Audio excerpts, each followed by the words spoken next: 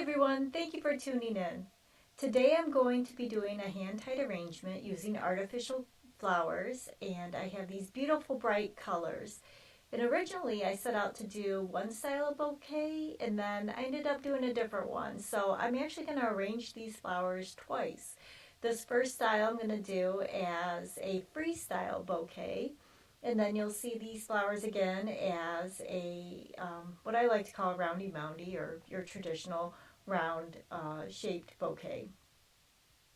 So I love these colors, especially with the wedding trends that are now. So bright colors are popular, bright, and then if you go into like the browns are seem to be popular color trends. So I have a variety of peaches and pinks. I have some um, kind of coral orange colors. I've got some lime greens, and then I've got some, they're burgundy mums, but if you look closely at them, they have a little bit more of a purple tone to it than it does a darker, like brown tone, I guess. So by picking up that undertone, it blends in really nicely into this bouquet. So the brighter colors are going to stand out more than the darker burgundy colors down there. So I use those first. I'm going to push them towards the top and towards the middle, but you do want to be careful to kind of spread out the colors throughout. Uh, so when doing a freestyle bouquet, it is really just that. It's just freestyle. You can have fun with it.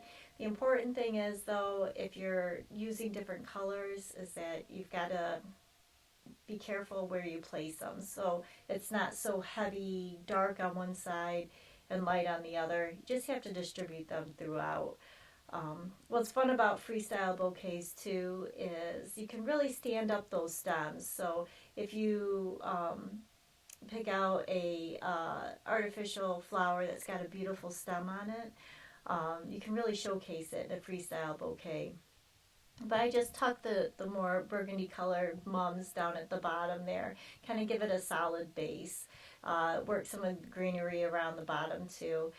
The green flowers, they kind of take a back seat to the other colors, but I just love how it brightens up the bouquet and gives it a fresh look. So I kind of place those periodically throughout the bouquet itself.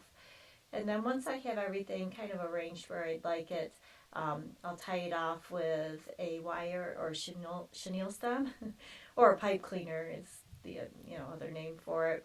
And then you can decorate the handle any way you like. I'm going to leave it blank because I'm going to reuse these flowers again, but I do use that wire. And then you always want to cover your wire with some wax floral tape, or some way to hold the wire in place, and so it doesn't poke you, because it is a wire after all. But just give it a little cover there, a little bit of some fluffing, and then you've got a freestyle bouquet using bright colored flowers. Um, and then once I have that one, we'll see right there. And then I took the bouquet apart and I put it back together, and I'm going to do a roundy moundy on it now.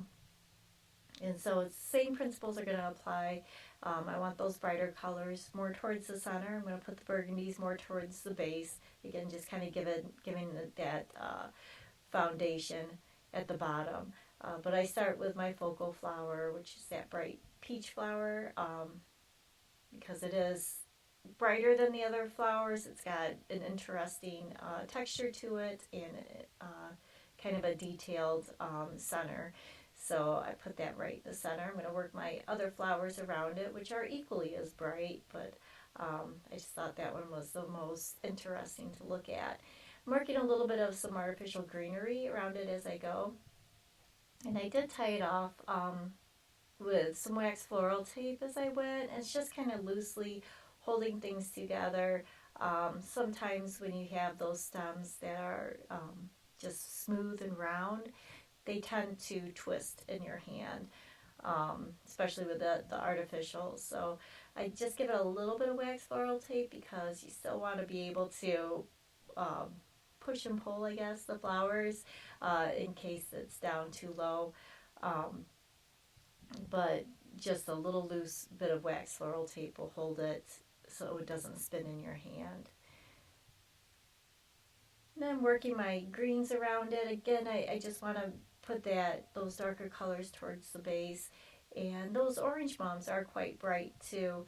Um, but I still think the lighter garden roses there are going to be the focal flower. When working with mums, it's a little bit difficult as well because they have a flat surface as opposed to the roses that are going to be more round. So you just have to be careful with your placement on there.